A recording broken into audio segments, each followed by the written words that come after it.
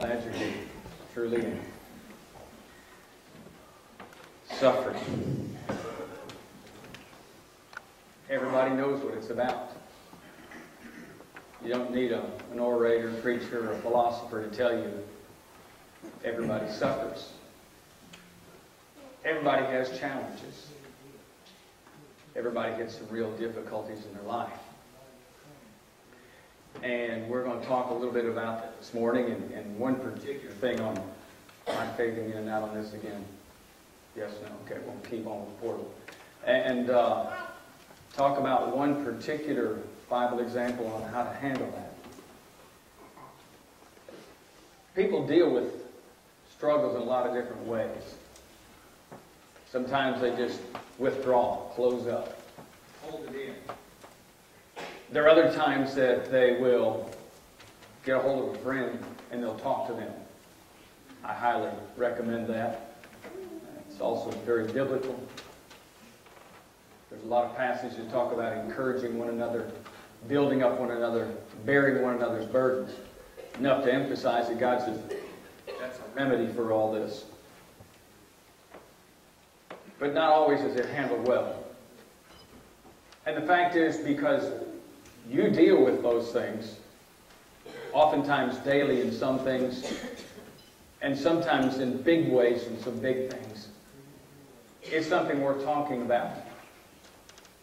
Turn to 1 Samuel chapter 1, and we're going to find that there's an example there. As the Bible is full of a lot of examples for us, and there's a lot of people talked about in the Scriptures that deal with problems. So, from that, I can very quickly ascertain God, having written this book, knows that we deal with problems. It's not like He's so far up there in heaven that He can't see what's going on. But He is very near what's happening. And I think there's a great example in the life of Hannah in dealing with this. And I would call the lesson, Praying Through Pain. I borrowed some of the ideas from a note or article that I read just recently. Added into it a lot of things that I felt worthwhile. But Hannah discovered prayer was the way to take care of an issue that was so grave to her. What I would like to do, if you bear with me, is to read through this chapter and inject things along the way. And then at the end talk about some things about prayer that relate. 1 Samuel 1. There's a few names in here that are a little difficult to pronounce. I'll do my best. If you just want to read along with me and mark notes, fine. If you just want to think about what's being said, listen carefully. Now there was a certain man of Ramathaim, Zophim, of the mountains of Ephraim, and his name was Elkanah. He was the son of Joram, the son of Elihu, the son of Tohu, the son of Zoph, an Ephraimite. And he had 2 wives. Well, that was more common back then. Not a practice today, much in some parts of the world, maybe so. Don't think it's a New Testament practice. But he had 2 wives, and the name of one was Hannah, and the name of the other was Peninnah. Peninnah had children, but Hannah had no children. That was a failure to her in every way she looked at it. Hannah, being a good Jewish woman, knew that she was to honor God by bearing children. She felt like she failed. She was to respect and honor her husband by giving him children. And it didn't happen. And again, she felt like a failure. She was to help the community and didn't do so because she was a failure as far as having children. The church or the synagogue is really what's described there, where she went, in all likelihood looked at her as a failure. Her family felt like she just didn't really rise up to the occasion to be what she ought to be. Hannah had no children. This man, Elkanah now, went up from his city yearly to worship and to sacrifice to the Lord of hosts in Shiloh. Also the sons of Eli, Hophni and Phinehas, the priests of the Lord, were there. And whenever the time came for Elkanah to make an offering, he would give portions to Peninnah, his wife, and to all her sons and daughters. But to Hannah he would give a double portion. For he loved Hannah, although the Lord had closed her womb. I'm not sure if that's their thinking or that's God telling you what's happening. Either way, she had no children, and she felt like God wasn't paying attention. And a rival, that's Peninnah now, also provoked her severely to make her miserable because the Lord had closed her womb. And so it was year by year when she went up to the house of the Lord that she provoked her. And therefore she wept and did not eat. Then Elkanah, her husband, said to her, Hannah, why do you weep? Why do you not eat? And why is your heart grieved? Am I not better to you than 10 sons? He's trying his best. Elkanah sees what the problem is. He understands. He doesn't feel like he's been failed as far as what she has not done for him. He's trying his best. But sometimes you just don't measure up. So Hannah arose, and after they had finished eating and drinking in Shiloh. Now Eli the priest was sitting on the seat by the doorpost of the tabernacle of the Lord. And she was in bitterness of soul, and prayed to the Lord. One translation says, cried out to the Lord, and wept in anguish. And then she made a vow, and she said, O Lord of hosts, if you will indeed look on the affliction of your maidservant, and remember me, and not forget. You see the feelings? God, please remember. We hit these times where we think God doesn't remember. He's forgotten who we are. He's forgotten about our strivings, our struggles, our difficulties. Does he hear or not hear? And that's what Hannah's dealing with. Remember me and forget not your maidservant, but will give your maidservant a male child, and then I will give him to the Lord all the days of his life, and no razor shall come upon his head. That's in reference to a Nazirite vow. There's more things involved in it, but basically it means that child will be dedicated to God. And it happened, as she had continued praying before the Lord, that Eli watched her. Now that's the priest, remember. And Hannah spoke in her heart, only her lips moved, but her voice was not heard. Therefore Eli thought, can you believe this? Thought she was drunk. So Eli said to her, how long will you be drunk? Put your wine from you.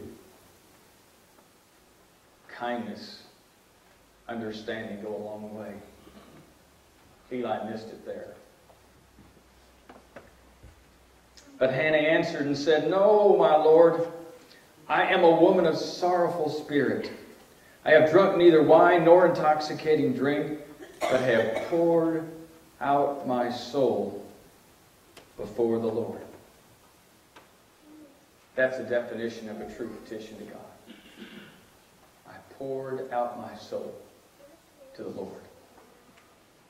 Do not consider your maidservant a wicked woman, for out of the abundance of my complaint and grief I have spoken until now.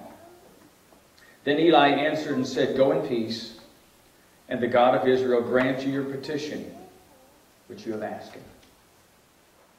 And she said, "Let your maidservant find favor in your sight." And so the woman went her way and ate, and her face was no longer sad. She was convinced that God finally heard her. And that was enough. Then they rose up early in the morning, and they worshipped before the Lord, and returned and came to their house at Ramah. And Elkanah knew Hannah his wife, and the Lord remembered her. So it came to pass in the process of time that Hannah conceived and bore a son, and she called his name Samuel, saying, "Because I have asked for him from the Lord." What a name. Literally heard by God. Now the man Elkanah and all his house went up to offer to the Lord the yearly sacrifice and his vow. But Hannah did not go up. For she said to her husband, "Not until that child is weaned, and then I will take him, that he may appear before the Lord and remain there forever." So Elkanah, her husband, said to her, "Do what seems best to you. Wait until you have weaned him.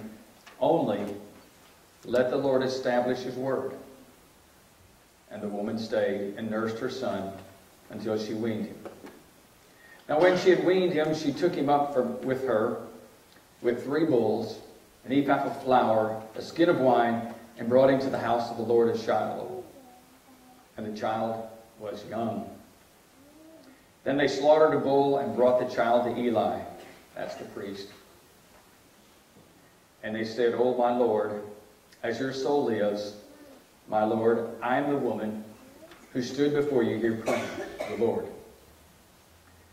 For this child I prayed, and the Lord has granted me my petition, which I've asked him. Therefore I also lent him to the Lord. As long as he lives, he shall be lent to the Lord." So they worshiped the Lord there. What a story. An incredible story. A true story of a woman who prayed through her pain. We deal with pain so often and talk to our friends so little about it. And whether you feel bold enough to do that or have a friend close enough to do that, there is a God that's always there. Hannah's prayer. Number one, her prayer was the answer for her pain. Prayer is always, always an answer for our struggles. I heard a phrase back some time ago as I was listening to a doctor and said, "Well, the only thing left we have is prayer." As if that wasn't really that big of a deal. My, what a loss. To me, prayer is hope. Prayer defines not only who we are, but our confidence in the God who listens. May we never have the thought, well, all we have left is prayer. But may that be the starting place and the continuing place of everything that goes on in our life. In our struggles and in our joys. For our families, for missionaries, for children, for bombed victims, for whoever it might be. May prayer always represent there is a hope there because there's a God who listens. She was constant in her prayer. Did you notice the phrase said year after year she would go up? How constant are you in realization that God's not answered it yet, but you're not going to give up? Hannah's prayer, second of all, was personal. Occasionally, not too often, but occasionally, there will be someone that will ask me, is it right for me to pray to God and ask for this or that? It's always right to pray to God personally. That's like asking my 2 daughters, one of them coming up and saying, "Daddy, is it okay if I ask you something?" My child, I love you with all my heart. Ask away. Can I do everything? No. Am I smart enough? No. But I want to hear. I want to know your struggles. I don't care what hour of the night it is. I don't care if you live in California 3 time zones away. And it's the middle of the night when you call me. Call me. We've got a God that stays awake, who is not left as his orphans. He's interested in knowing personally what you deal with. Not that he's already aloof from it and doesn't know, but he wants to hear you talk about it. Hannah's prayer. It was an answer for a problem. It was personal, and it was not selfish. Now, it might look like that just a tiny bit, because you look at what's going on and you say, well, here's Hannah praying for something she wants. And by the way, I think we can. Jesus tells us in Matthew 6 to ask for our daily bread. And what's commonly called the Lord's Prayer. It's more of an example of things to pray and how to pray. But personal things are there. But her personal thing wasn't selfish. She was concerned about what her husband was thinking, what God was thinking, what the world was thinking, and she just wanted to do what was right as a Jewish woman. And I say it's not selfish because when she prayed along with that, she said, God, if you'll just give me this, I'll let you have it. And she followed through with that. There's no selfishness in that. Would you not have a hard time after you finally got that child that you waited so long for? Turn around and say, okay, Lord, that was really great. Now you can have him back. There's no selfishness in that.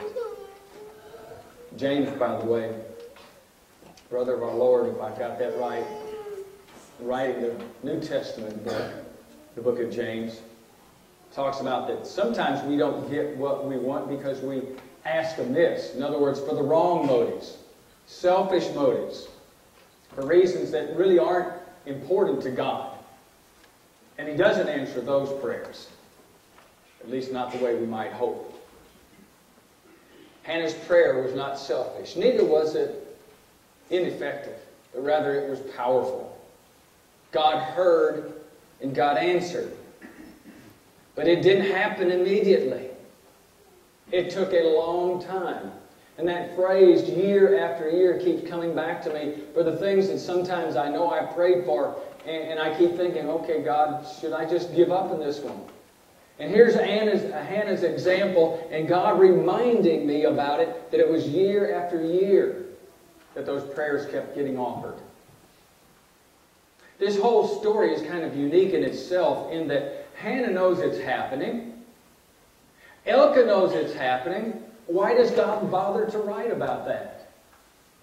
So that you can read the story and understand the importance of prayer and helping it to get you through the pain and sorrow that you have. Because as God well knows, we all deal with that. Effective. Not instantly, but effective. And number 5, her prayer or her pain and her praying through it brought her closer to God. I'm sure you understand that very well. But the times when the pain is great and the prayers are more powerful and are more effective and you spend more time talking to God about it. It troubles you and worries you and conflicts you, and you understand that. Things distract us from God. Good things distract us. Sometimes bad things can deter us. But when we're dealing with the struggles and the sorrows and the pains, we're there with God. That's first and foremost in our mind. And God's there with us. It brings us together. So I choose not good life. I choose struggles. I choose sorrows. I choose to be with God. Think about that. And pray about that. As you think about the idea of prayer, I'd like to ask you to turn to the New Testament. to a comment that Luke makes in chapter 18 about the words that Jesus is about to speak, which are reference to a prayer and the importance of keeping on praying. And it's interesting how Luke does this. It's now Luke's insight by the Holy Spirit, so it's God telling us of why Jesus says this. Then he spoke a parable to them that men always ought to pray and not lose heart.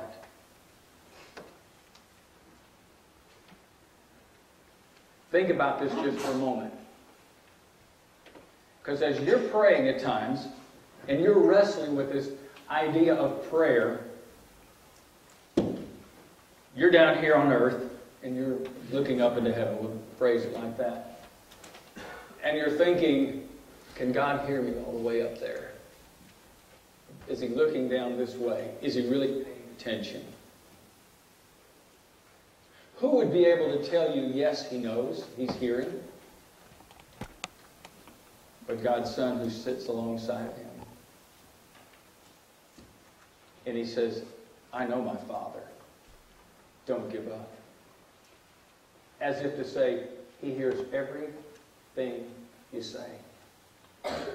I'm there with him. I know.